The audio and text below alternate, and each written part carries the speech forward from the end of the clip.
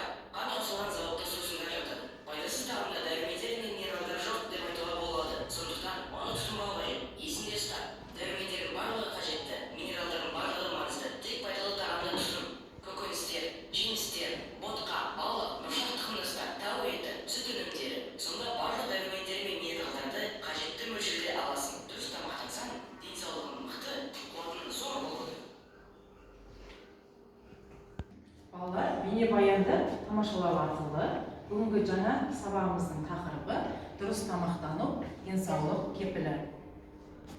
Сабағымыздың мақсаты оқушылардың өз пікірлерін тыңдай отырып, қосымша мәліметтер бере отырып, денсаулық құндылығы, дұрыс тамақтану туралы түсініктерін кеңейту. Балалар, адамның басты байлығы не деп ойлайсыңдар? Денсаулық. Я, халқымыз бірінші байлық денсаулық деп тегін айтпаған. Денсаулық мықты болу үшін не істеуіміз керек балалар? Дұрыс? Керемет, дұрыс тамақтануымыз керек екен. Балалар, бүгінгі сабағымызда дұрыс тамақтану жолдарын білетін боламыз. Пайдалы және зиянды тағам түрлерімен танысамыз. Ал балалар, қалай ойлайсыңдар? Адамдар не үшін тамақтанады? Дұрыс тамақтану дегеніміз не? Ал кәнеке айтыңдаршы. Керемет. Тамақтану ережелері өз уақытында тамақтану керек. Ас ішер алдында қолыңды жуу керек. Тамақтану кезінде теледидар қарауға, кітап оқуға болмайды. Тағамды асықпай жеу керек. Тағамды көп жемеу керек. Осы ережелерді балалар алдағы уақытта есте сақтаймыз. Олай болса балалар, біздің денсаулығымыздың достары бар екен. Біздің достарымыз бар ғой әрқайсымызда, иә? Сол сияқты денсаулықтың да достары болады екен. Айтайықшы кім, қандай достар бар екен? Ал айта ғой. Жарайсың. Тағы кім айтады? Айта ғой. Керемет. Керемет. Дұрыс тамақтану. Келесі. Таза ауада көп жүру. Келесі. Керемет. Шынығу. Керемет, жарайсыңдар. Кәні айта ғой. Айта ғой. Жарайсың, спортпен шұғылдану. Кәні келесі. Керемет. Уақытын тамақ ішу. Демалу. Міне, кәні. Жарайсың. Жеміс-жидектерді жуып жеу керек. Керемет. Кәні. Кітапты көп оқу керек. Жарайсың. Таза ауада жүру керек. Таза ауада жүру. Керемет бала, жарайсыңдар. Кәне, бәріміздің жауаптарымыз дұрыстығын тексеру үшін балалар тақтаға назар аударайық. Денсаулықтың достары: тазалық, дұрыс тамақтану, демалу, шынығу, таза ауа, спорт және көңілді жүру екен. Кейде дұрыс айтыңдар жауаптарында. Ал балалар, біз енді денсаулықтың баға достарын атадық, енді соған қарама-қайшы әрекетте зиянды заттар бар екен денсаулыққа. Енді денсаулықтың қастарын атайықшы. Кім айтады?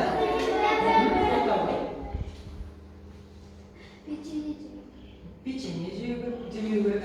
Келесі. Айта ғой. Көп ұйықтамау керек. Жарайсың. Жарайсың. Пайдасыз тағамдар жемеу керек. Жарайсың. Компьютерді көп жеуге болмайды. Компьютер дұрыс, керемет. Компьютерді көп жеуге болмайды. Керемет. Кәні? Пайдасыз сусындар ішуге болмайды. Жарайсың, пайдасыз сусындарды ішуге болмайды екен. Жаттығу жасамау. Иә, керемет. Осының бәрі денсаулықтың несіне жатады екен балалар? Қастары екене. Олай болса балалар, жауабымыздың дұрыстығын тексерейге. Денсаулықтың қастары: дұрыс тамақтанбау, салақтық, жалқаулы, күн тәртібін сақтамау, ашушаңдық және зиянды заттар екен.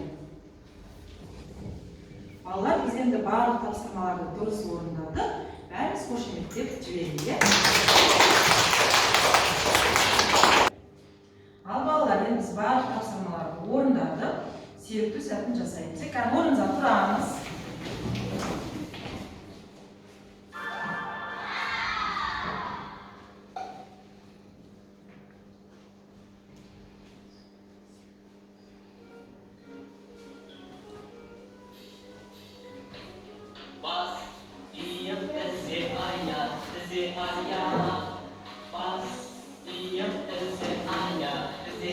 ayağımız ağız burun şeni olamaz. Yepyeni ayak, ayak. Gizlilik kasap göreyim. Bas, yepyeni ayak, ayak. Bas, yepyeni ayak, ayak. Öz ağız burun şeni olamaz. Yepyeni ayak, ayak. Hadi bir gezeyim. Bas, yepyeni ayak, ayak. Bas, yepyeni ayak, ayak. Öz ağız burun şeni olamaz. Yepyeni ayak, ayak. Gelinler, odan da tezirek. Bas, yepyeni ayak, ayak. Bas, yepyeni ayak, ayak.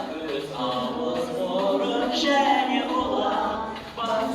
Yepyeni ayak, ayak. Tezecek balalar. Bas, yepyeni ayak, ayak. Bas, yepyeni ayak, ayak. Öz ağız burun şeni olamaz. Yepyeni ayak, ayak.